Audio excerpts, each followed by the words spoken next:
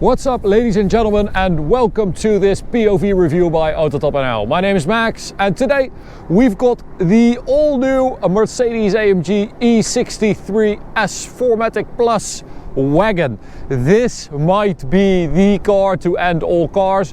We borrowed it today at Thijs Timmermans. Big thanks for that. This car is for sale over there. If you're interested, go have a look, because this thing has been spec'd to the brim. It has virtually every option you can get on an E63S. It is a beautiful spec in graphite grey with both the carbon fiber exterior packages, carbon ceramic brakes, the bucket seats. It is fully loaded. So go check out Thijs Timmermans if you're interested. Today I'm going to show you around it and show you the interior, show you the spec of course, and then we'll take it for a drive towards the Autobahn for an Autobahn blast.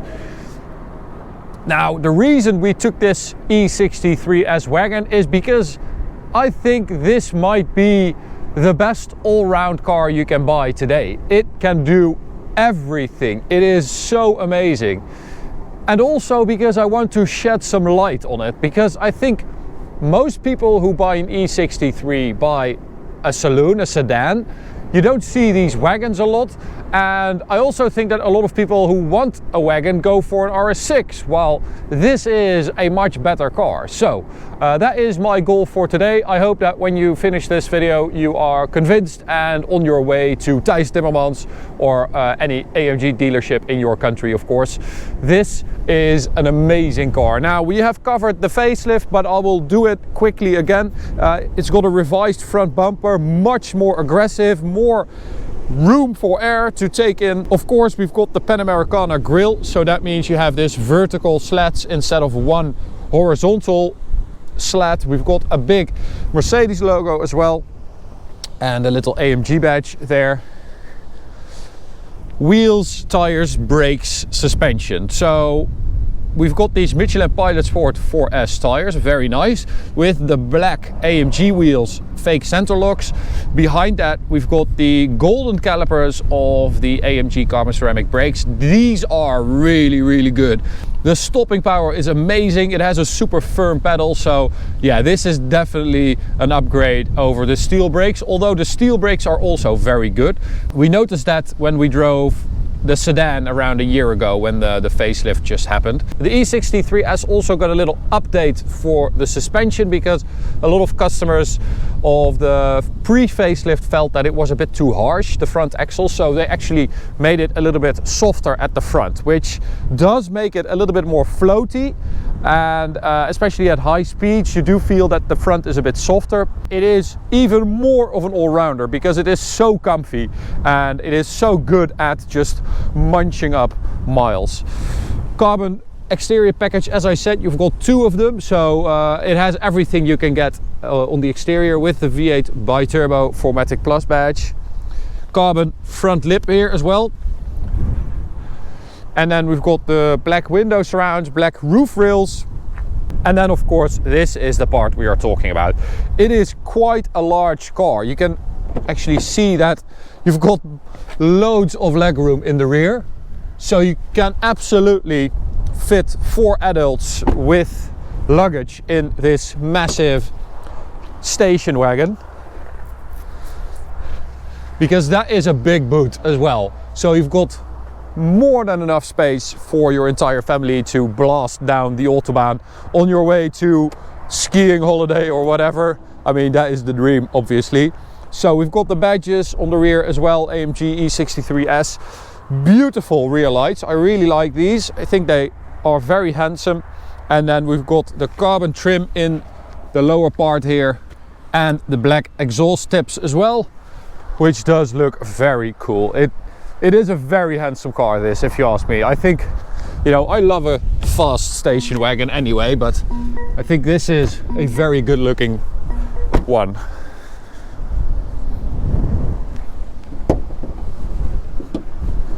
So let's check out the engine. What's up, Mercedes buddies? This is the M177 4-liter V8 bi-turbo, of course. Same power as the pre-facelift, 612 horsepower, 850 newton meters of torque. So it is very, very powerful. The only thing that changed compared to the pre-facelift, I think, is the fact that you have OPF now in the exhaust. So it is a lot quieter. The engine is linked to the 9-speed gearbox, which is a lot better than the pre-facelift. The shifts are quicker. It responds better, although it's still not as quick as, you know, a BMW gearbox, for instance.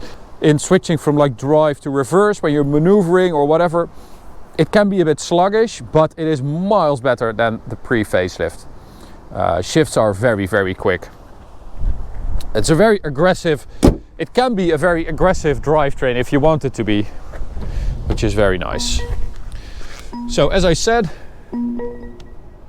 we've got the bucket seats as well. Now, they are not that hard actually. They are quite soft and the shape is really good. It's not as comfortable as like a regular seat, of course, but what it does do is free up some space in the rear, because these are very skinny. So you have a lot of leg room in the rear here, which is very nice. Also have the carbon interior spec. So beautiful carbon on the center console, on the doors, the Burmester audio as well. Yeah, I mean, this interior is really good. It's so luxurious and it just feels, it feels very expensive, which is a good thing. Leather everywhere, carbon, aluminium, toggle switches as well.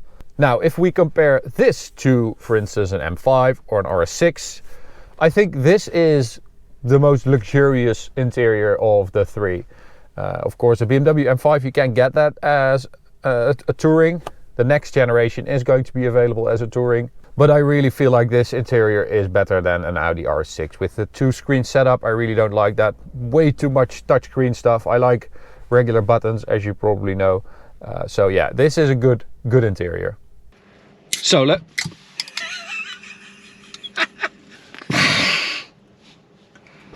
let's start it up. As I said, it does lack some sound compared to the pre-facelift.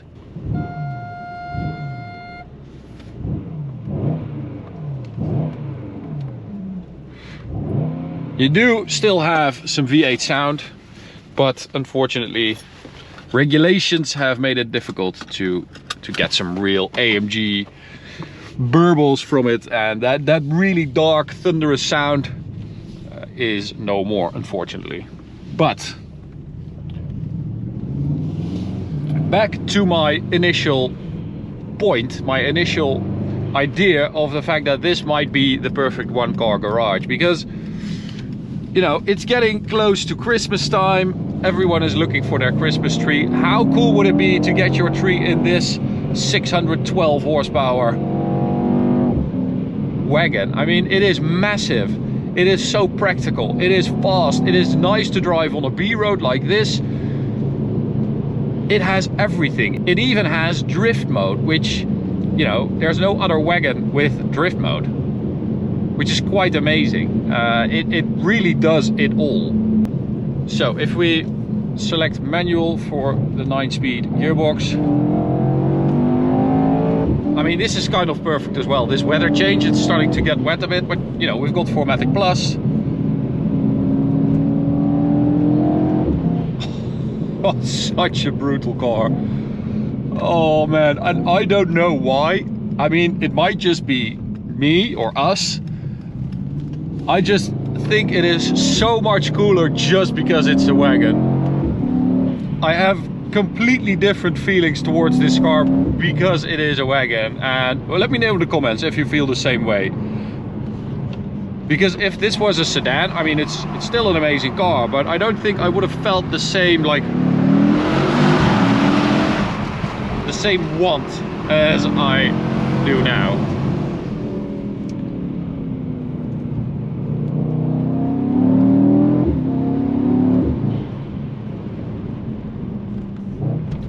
So 0 to 100 is done in 3.4 seconds, which is rather quick. We can do that right here. So it's very easy, just put it in Sport, Plus or Drive, foot on the brake, full throttle, race start. There we go. Oh, that is very quick. And we also measured that, of course, and we also did 3.4, so it is performing very well. All right, so here we go. Top speed of the E63S Wagon, 300 kilometers an hour. And as I said, they have softened up that front axle a little bit suspension wise, so it is so comfy. It soaks up all the bumps, even in race mode. And it has no trouble whatsoever reaching that 300 kilometers an hour. And there's a limiter now. So that is 303 on the speedo. Carbon ceramics slowing me down. I already knew that this van was going to go left. Man, oh man, that is very quick. So of course we also measured the 100 to 200 kilometer an hour performance, and this car did it in 7.98 seconds, which is very quick. It's virtually the same time as the sedan.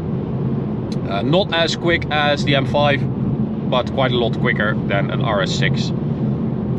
But of course BMW has taken itself out of this equation because, yeah, they don't offer it in the touring. So I'm just going to say that this is the best performance version you can get, because it is so much better than an RS6. This, in almost every aspect, this car outshines an RS6. It is such an amazing all-rounder. I mean, you can pick up your kids from school, you can fit 2 strollers in the back easily, a couple of dogs, everything you need to take on your holiday. You can fit some skis in here as well.